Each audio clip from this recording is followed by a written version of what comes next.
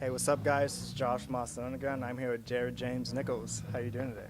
Dude, I'm great. How are you? I'm doing great as well. Yeah, glad to be in Austin again. Yeah, it's great for you to come back here. I know you played South by Southwest, other shows here. Yeah, honestly, when I was a kid, like growing up, like I love blues guitar, and like a ton of my favorite guitar players, I always heard about Austin. It was like the mysterious place to go, and Stevie Ray Vaughan and all the guys were down here. So Austin definitely has a little special place in my heart.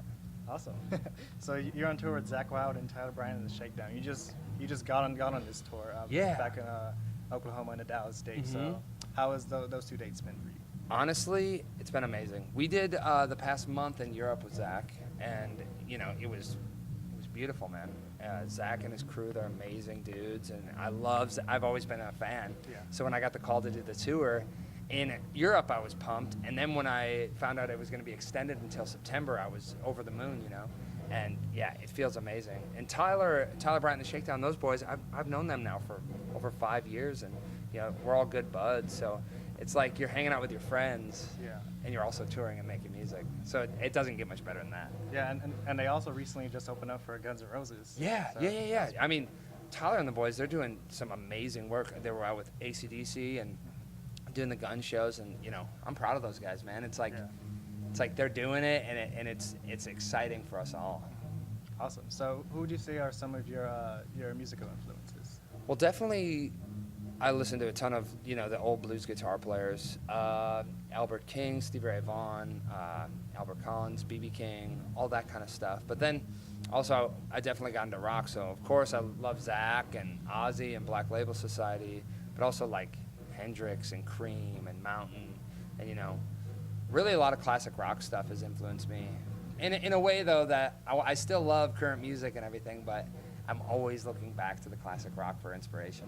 Yeah, man. You got some really great bands who've come out and put themselves there for future guys and guitarists and artists. Yeah, totally, and it's like a never-ending well, man. There's so much out there, and there's so much music to dig into. It's great for a guy like me. Yeah. So how did you get started in music, playing guitar? Honestly, I wanted to be a drummer in the beginning when I was like 14, because all my friends were guitar players, and I was like, man, I don't even want to touch a guitar. I don't even want to go there. And I got a drum set. I found a drum set. I had it for about 2 days in my parents' house, and like on the second day, my dad walked into the basement. He's like, this isn't gonna work. He's like, if you want to play music, get a guitar, because then you can take it with you, and you can plug it in, turn it down, and whatever you want to do.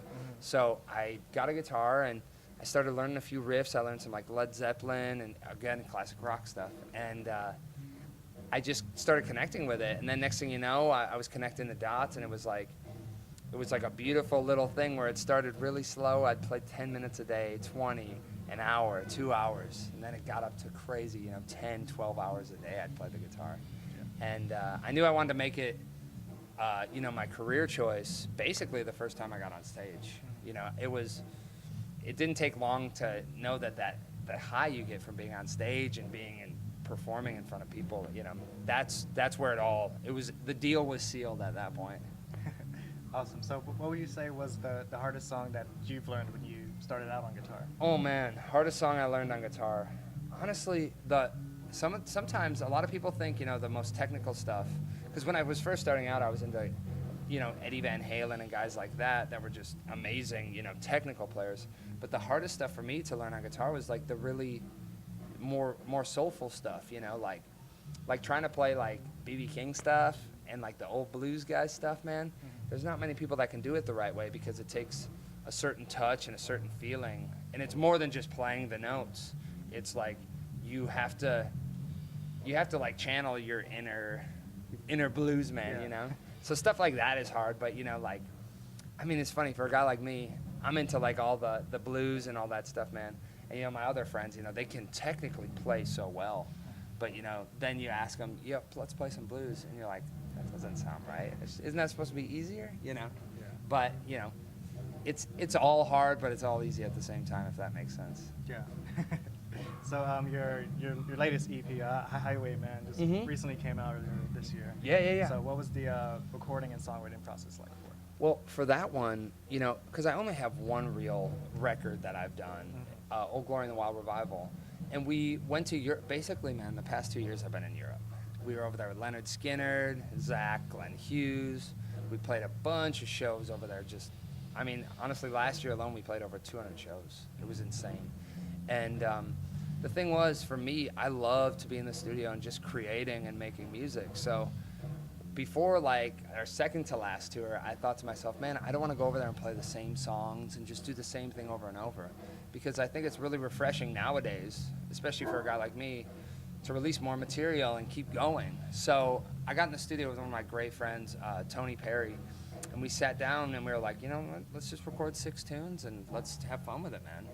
And then we can go out there, we can play the tunes, see if anyone likes it. And you know, it was fun. It wasn't work. It was like, once again, hanging out with your buddies, making music, you know. And the writing process, basically those were songs we wrote during sound checks, you know. Like just now when guys are jamming on stage and you start messing around and, you know, you're making stuff up. And we decided to record them and, you know, just have a good time doing it. And the thing is, like, about EPs, and everyone's releasing EPs now. But for me, I think it's a great way to just kind of, it's like a place in time. It's a sound in time, you know. So that EP, you know, the next thing we record, you're gonna hear the evolution, because you can already hear it from like the first record to the EP, and then to our live set now. It's like, you know, it's a living, growing thing. So for me, even to listen to the EP now, I'm like, oh man, it puts me back like a year. You know, it reminds me where I was. So where do you get your inspiration when you sit down and write these songs? Honestly, I've never been real good at sitting down. Like, a lot of people can sit down with an acoustic guitar and say, all right, I'm going to write a song right now. I'm going to sit with my pad and pen and just do it, and it's going to be amazing. For me, it just comes at the weirdest times. And I don't know where the inspiration really comes from. All of a sudden, I'll be sitting there and I'll start humming a melody, and I'll think of something and I go, what's that? And then I'll pick up a guitar and I'll go, well, that kind of like this. And then I'll get my phone and I'll have voice memos, you know? Dude, I have like thousands of voice memos, you know, different little things. Oh, this could be cool, you know? But I mean, a lot of the inspiration for my songs definitely comes from my own like life experiences, you know? And I don't want to say it's like all love and hate, you know, and relationships, but you know, it's just like basic everyday life that everyone can, you know, everyone's living it, but nobody's really singing it anymore. You know, people are singing stuff that, you know, country stuff, drink a beer and, you know, all this, and it's like, yeah, but the way I write is just stuff that's like, no, this really happened to me, or this is actually something that in my life that, you know. And a lot of the other music I write is just music to have a good time, man, you know, not overthink it and just play. Yeah. So the inspiration comes from just life, man, everyday stuff. Awesome. So how would you say that you've progressed as a musician?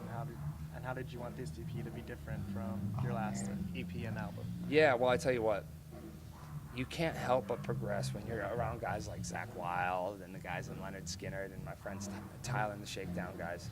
You know, I feel like as a musician, you know, I'm growing every day just from the experience of being in front of these big audiences and playing and just growing as a musician. But, you know, honestly, I don't know if I could see growing any other way. Like, this is just the natural, I think, progression, you know. And when I talk to guys like Zach, you know, if you look at like where he started and where he went in his career and how broad it's come to be, it's amazing. So for me, I kind of want to have that same kind of feeling where, you know, it's a constant growth, and the music is growing as much as I am as a performer. And, you know, the one thing though I must say, I want to get back to, you know, a lot of people love the Black Keys and a lot of people love Gary Clark Jr. and I love that music too. And with my sound too, I want to get more closer to the real thing, because, you know, these days there's so many things that help you sound better, and I want to take them all away. And I just want to record the next thing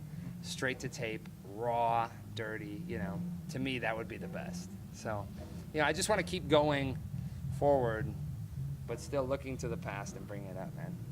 Awesome. Well, I'm sure you can go ahead and do that. I plan on it. Yeah. There ain't nothing stopping me now. Awesome. So your latest music video for Don't You Try tributes to a biker film. So what was the idea for that? Dude, it was a total joke. It was a total spoof. Basically, I didn't have a music video. I didn't have anything to put out. So before the Zach Wild tour, once again, I was like, you know what? Let's just record a song. Let's do something. And me and my buddy Tony put that together. And I was like, man, I don't want to make like a lyric video or something. Let's do something. And like I was just sitting there and I was watching all these like biker documentaries and these old movies, you know, the wild ones and all this stuff, and I was like, man, it would be really cool to have like a super weird video where it's like I'm getting chased or I'm a biker and all this stuff. And it ended up coming out that we figured out that we took like this old documentary footage and we figured out if we could splice it with me driving my car and make it into this funny scene, you know, where I'm getting chased by bikers and at the end I fly off the cliff, but then I walk out with a guitar, and it was just funny, man, you know, and it was like, just didn't think about it that much, and we just did it, and yeah, we shot it in a day, and it was just cool, man. Awesome.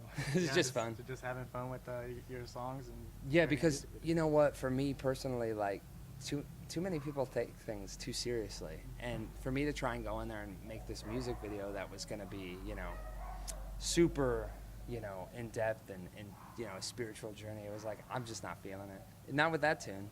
So we just had fun with it, and you know, it ended up coming out really funny, and I couldn't stop laughing when I saw it, so the job was done. Awesome.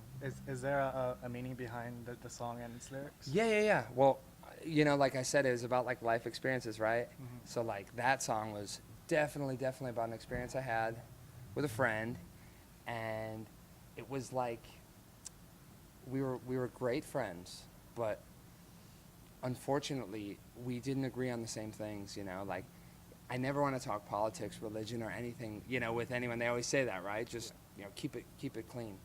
But whenever I was around this friend, they were so strong in their beliefs that if everyone around the group didn't feel the same way, it was like a war. It was crazy.